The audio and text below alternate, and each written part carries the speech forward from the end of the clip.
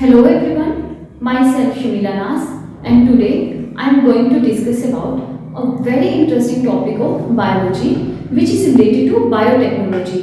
और जैसे कि आप देख रहे हैं टॉपिक का नाम मैंने लिख दिया हुआ ऑलरेडी ही जीन थेरेपी। जीन थेरेपी एक ऐसा टॉपिक है जो कि बायोटेक्नोलॉजी के अंडर आता है। तो सबसे पहले हम थोड़ा सा इंट्रो या क्विक रिवीजन कर लेते हैं कि बायोटेक्नोलॉजी एक्चुअली में होता क्या है।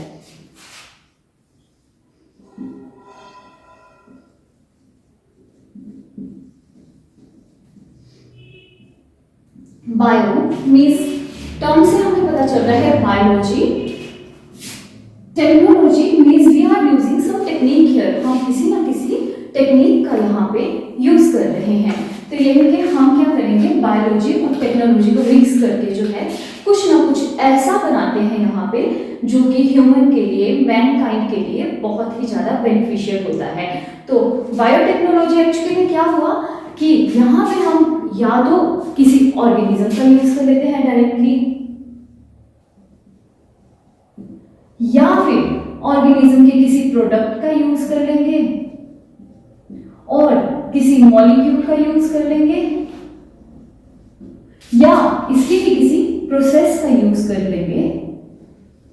और ये सब चीजें यूज करने के बाद हम कुछ ऐसा बनाएंगे, या कोई ऐसी प्रोसेस बना देंगे या कोई ऐसा प्रोडक्ट बना देंगे, प्रोडक्ट जो कि ह्यूमन मैनकाइंड के लिए जो है वो बेनिफिशियल होगा, जो हमारे लिए जो है वो बेनिफिशियल होगा, कहीं ना कहीं हमें ये फायदा देगा। अब इसके अंदर जो है वो बहुत सारी बायोटेक्नोलॉजी की एप्लीकेशंस आती हैं। एप्लीकेशंस का मतलब क्या होता है, हम हमेशा बात करते हैं एप्लीकेशंस, किस चीज की एप्लीकेशन क्या है। वो एप्लीकेशन क्या होती है कि मान लो हमने बायोटेक्नोलॉजी से कोई ना कोई जो है वो प्रोसेस या टेक्निक या कोई प्रोडक्ट डेवलप कर भी लिया। मान लीजिए कि हमने जो है वो कोई प्रोसेस जो है वो यहाँ पे डेवलप कर ली है। अब उस प्रोसेस को हमने प्रैक्टिकली जो लाइफ में है उसे यूज करना है, उससे कुछ बेनिफिट लेना है, इस चीज को हम एप्लीकेशंस कहते हैं। और बायोटेक्नोलॉजी की बहुत सी एप्लीकेशंस होती हैं। रिसेंटली हमने कोरोना के टाइम में जो है वो बायोटेक्नोलॉजी की बहुत सी एप्लीकेशंस देखी हैं। सबसे इंपॉर्टेंट एप्लीकेशन अगर हमने देखी है कि उसकी हेल्प से हमने कोशिश की है और काफ़ी हद तक हम सफल भी हुए हैं वैक्सीन्स बनाने में, मेडिसिन बनाने में। तो ये तो आगे मेडिसिन में। इसके अलावा जो +2 का बायोटेक्नोलॉजी का टॉपिक है एग्रीकल्चर में, बीटी कॉटन, बीटी ब्रिंजल, ये कुछ ऐसे सक्सेसफुल क्रॉप्स हैं जो हमने बनाई हैं और ये एक बहुत ही अच्छी क्रॉप साबित हुई हैं जो कि मैनकाइंड के लिए बहुत बेनिफिशियल रही। इनमें बहुत अच्छी क्वालिटीज थी, जैसे कि पेस्ट रेजिस्टेंस थी इसमें, पेस्ट इसके ऊपर जो है वो अटैक नहीं कर सकता था। तो आज हम जो बायोटेक्नोलॉजी के एप्लीकेशन है उसमें मेडिसिन से रिलेटेड एप्लीकेशन करने जा रहे हैं। ये छोटा सा इंटरेस्टिंग टॉपिक है जो कि है जीन थेरेपी। आइए तो देखते हैं जीन थेरेपी क्या होता है। जीन थेरेपी नाम से ही पता चल रहा है जीन की हेल्प से थेरेपी देनी है, यानी कि कोई ना कोई हमने ट्रीटमेंट देना है जिसमें कि हमने किसका यूज करना है, जीन का यूज करना है। अब एक क्विक रिवीजन देते हैं कि एक्चुअली में जीन होता क्या है। हम अगर जाने, ये देखिए स्ट्रक्चर बायो स्टूडेंट आराम से पहचान लेते हैं, this is chromosome.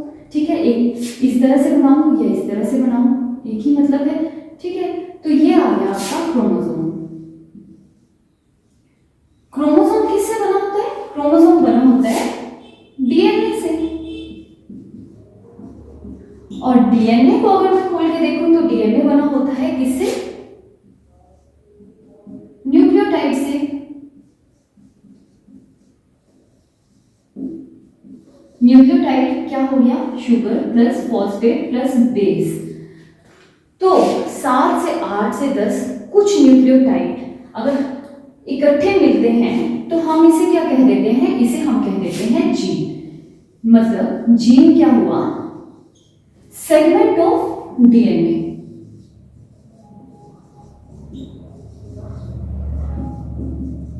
which carries information from one generation to another generation। Gene के ऊपर इंफॉर्मेशन होती है, जीन से ही जो हमारे जीन के ऊपर जो इंफॉर्मेशन होती है वहीं से पता चलता है कि बॉडी में बनेगा। जैसे कि हमारे बाल हैं, जैसे मेरे बाल हैं वो मेरी मदर के साथ मैच करते हैं, तो ये जीन की वजह से, क्योंकि मेरी मदर से मेरे अंदर जो है वो जीन आया और उसकी वजह से मेरे हेयर्स का टेक्सचर जो है वो मेरी मदर की तरह है, हेयर जो मेरे लॉन्ग है वो मदर की तरह है। अगर मैं अपनी आईज की बात करूँ तो वो भी जीन की वजह से, क्योंकि मेरे फादर से मेरे अंदर जीन आया हुआ है और वो जीन जो है वो अपने एक्सप्रेशन को शो कर रहा है और मेरी आईज इस वजह से बड़ी बड़ी हो गई हैं। तो बस यही बात है कि कैसे हम अपने पेरेंट्स से मैच करते हैं या हमारी बॉडी के अंदर कौन सा एंजाइम बन रहा है, ये सब कुछ जो है ये जीन ही कंट्रोल करता है। ठीक है, अब जीन जो है अल्टीमेटली प्रोटीन बना रहा है, एक्सप्रेशन दे रहा है। अब मान लीजिए कि कोई जीन जो है उसके अंदर कोई प्रॉब्लम हो गई है, वो डिफेक्टिव हो गया है, उसमें जो प्रोडक्ट उसने बनाना था वो प्रॉपर नहीं बन रहा है।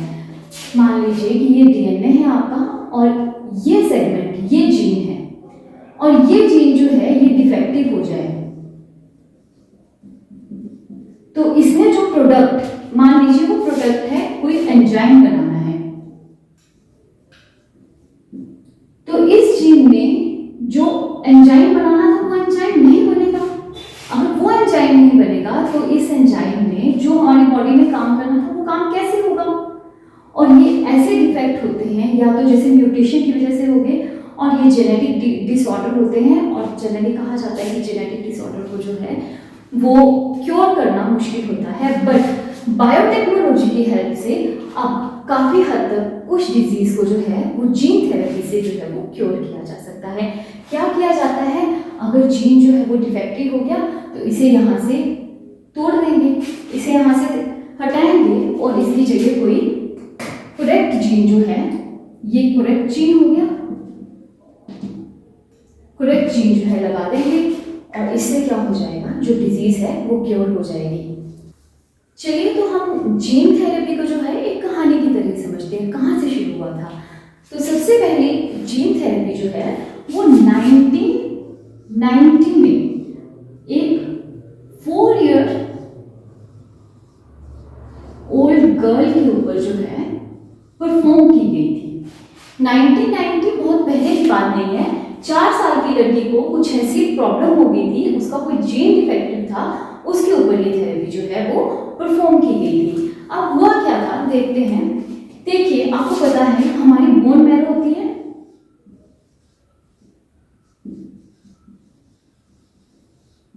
वो बहुत तरह के सेल्स जो है वो प्रोड्यूस करती है, जैसे कि आरबीसी, डब्ल्यूबीसी, लिम्फोसाइट्स।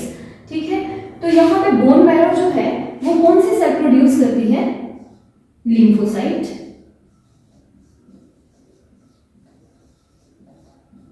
लिम्फोसाइट भी एक तरह के डब्ल्यूबीसी वाइट ब्लड सेल ही हैं। ये लिम्फोसाइट जो हैं ये क्या करते हैं, इम्यून रिस्पॉन्स जनरेट करते हैं, बट ये लिम्फोसाइट पहले जाते हैं हमारे लिम्फोइड ऑर्गन्स में। ठीक है, और लिम्फोइड ऑर्गन्स में जाके ये क्या करेंगे, ये स्पेशलाइज होंगे, ये स्पेशल होके क्या बनाएंगे, B cells and T cells. कहां पे, लिम्फोइड ऑर्गन्स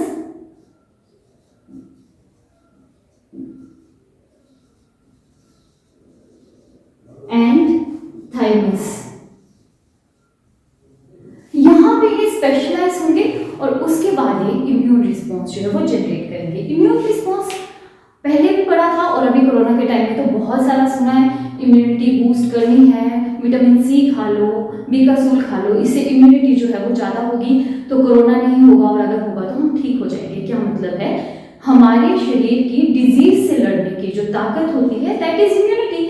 तो ये बी और टी सेल्स हमारी बॉडी में इम्यूनिटी ही जनरेट करते हैं। Humoral cell response, cell mediated immune response, ये दूसरे चैप्टर में हम डिटेल से डिस्कस कर लेंगे। तो ये कुल मिला के हम ये बोल सकते हैं कि बी और टी सेल हमारे शरीर में जो है वो इम्यूनिटी जनरेट करते हैं। ठीक है, अब देखिए होता क्या है, ये लिम्फोसाइट्स जो हैं ये बी एंड टी सेल्स में तभी चेंज होंगे जब एक स्पेशल एंजाइम हमारी बॉडी में प्रेजेंट होगा। उस एंजाइम का नाम है ADA एंजाइम। मैंने पहले भी कहा है एंजाइम क्या होती है, प्रोटीन ही होती है और एंजाइम को बनाएगा कौन, जीन ही बनाएगा।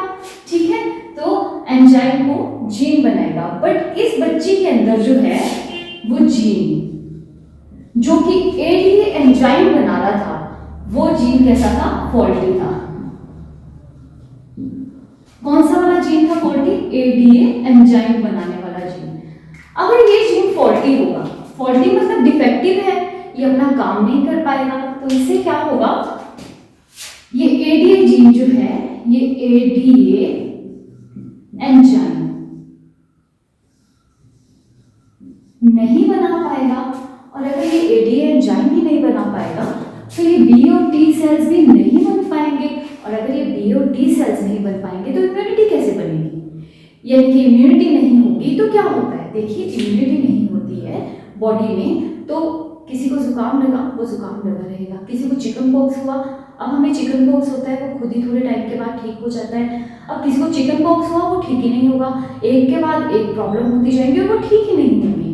इम्यूनिटी लो है तो बहुत जल्दी जल्दी डिजीज लगती है और क्योर नहीं हो पाती है। यानी कि यहाँ पे क्या होगा? इस पर्सन के अंदर इम्यूनिटी डेवलप नहीं होगी। तो ये जो 4 साल की बच्ची थी, इसके अंदर इम्यून सिस्टम ही डेवलप नहीं हुआ, इसके अंदर इम्यून सिस्टम ही डेवलप नहीं हुआ, और जो ये प्रॉब्लम होती है जिसमें कि इम्यून सिस्टम डेवलप नहीं होता है, उसे हम कहते हैं स्किड। स्किड यानी कि severe combined immuno deficiency.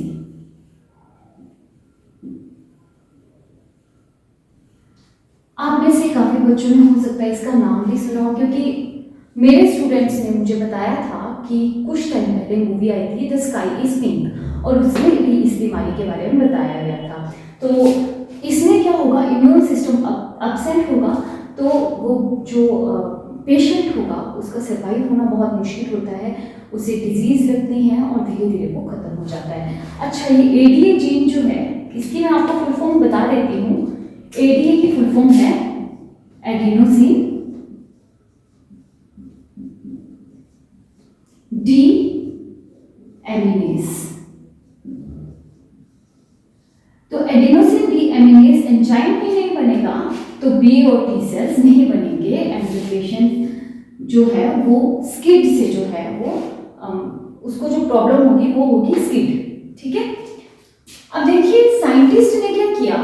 Scientist ने जो है वो एडीए जीन जो फॉल्टी जीन था उसे वहां से, मान लीजिए ये डीएनए है और यहाँ पे ये एडीए जीन है, फॉल्टी जीन है, इसे वहां से हटा दिया और यहाँ पे जो है एक करेक्ट जीन जो है वो इंट्रोड्यूस किया और इसकी ट्रीटमेंट की। उन्होंने सबसे पहले क्या किया? जो ये 4 साल की बच्ची थी उसके लिम्फोसाइट निकाले। लिम्फोसाइट तो बन गए हैं पर वो स्पेशलाइज नहीं हो रहे हैं, उसके लिम्फोसाइट को जो है वो निकाल दिया। ये मान लीजिए लिम्फोसाइट है और इस लिम्फोसाइट में इन्होंने क्या किया? इस लिम्फोसाइट के अंदर इन्होंने इस एडीए जीन को जो है जीन को इंट्रोड्यूस किया, इंजेक्ट किया या इंट्रोड्यूस किया बाय यूजिंग रिट्रोवायरस।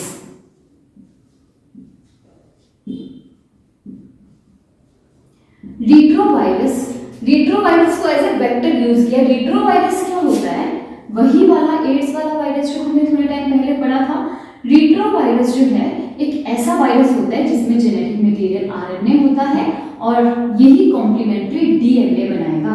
ये कॉम्प्लीमेंट्री डीएनए जो है ये जाके इसके अंदर जो है लिम्फोसाइट के डीएनए के साथ जो है वो कनेक्ट कर जाएगा। ठीक है, तो यानी कि कुल मिलाकर हम ये कह सकते हैं कि एडीए जीन को लिम्फोसाइट के अंदर जो है वो डाल दिया गया।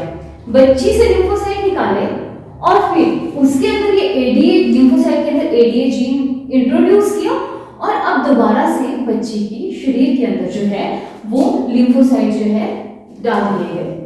जब बच्ची के शरीर के अंदर अब वो लिम्फोसाइट डाल दिए गए जिसके अंदर की एडीए एंजाइम प्रेजेंट है, तो ऑब्वियसली फिर क्या होगा कि सॉरी ADA जीन प्रेजेंट है तो वो क्या करेगा, वो ADA एंजाइम बनाएगा। कैसे बनाएगा, जीन है वो करेगा ट्रांसक्रिप्शन, देन वो करेगा ट्रांसलेशन, और उसके बाद बन जाएगी क्या, प्रोटीन, जिसे कि हम बोल सकते हैं एंजाइम। और जब बच्चे के अंदर वो एंजाइम बन जाएगा तो क्या होगा, बी और टी सेल्स जो हैं वो डिफरेंशिएट होंगे and immune system is revived. Immune system फिर से रिवाइव हो जाएगा, बच्चे के अंदर जो थी वो इम्यूनिटी जनरेट हो गई थी। अब देखिए क्या है कि लिम्फोसाइट की भी जो एज है वो होती है। लिम्फोसाइट इमॉर्टल तो है नहीं, वो ऐसा तो है नहीं कि वो अमर है, तो लिम्फोसाइट कुछ टाइम के बाद डाई कर जाते हैं। इसीलिए ये जो ट्रीटमेंट है ये टेम्परेरी होता है, बार बार लिम्फोसाइट को कुछ ड्यूरेशन के बाद निकालना पड़ता है और इस ट्रीटमेंट को जो है वो बार बार देना पड़ता है। अब देखिए, अगर यही जो ट्रीटमेंट है जीन थेरेपी का, इसे अगर बहुत अर्लियर स्टेज में, एम्ब्रियोनिक स्टेज में जब कर लिया जाए, जाइगोटिक स्टेज में, 2 सेल स्टेज में, जब बच्चा पेट में है, बहुत अर्ली अगर इस डिजीज का पता चल जाए और तब जीन थेरेपी को परफॉर्म अगर किया जाए तो जीन थेरेपी का जो ट्रीटमेंट होता है ये परमानेंट ट्रीटमेंट होता है। बाकी इसके ऊपर अभी तक और ज़्यादा काम चल रहा है और हम यही होप कर रहे हैं कि जो इसके कई जगह पे साइड इफ़ेक्ट्स भी बताए जाते हैं, कई जगह पे बहुत ज़्यादा सफल नहीं बताया जाता है, पर यही है कि बायोटेक्नोलॉजी की हेल्प से जीन थेरेपी और ज़्यादा अगर अच्छी होगी तो जेनेटिक जो डिसऑर्डर हैं हम उन्हें अच्छी तरह से ट्रीट कर सकते हैं। तो नेक्स्ट टाइम हम नए टॉपिक के साथ आएंगे। Thank you.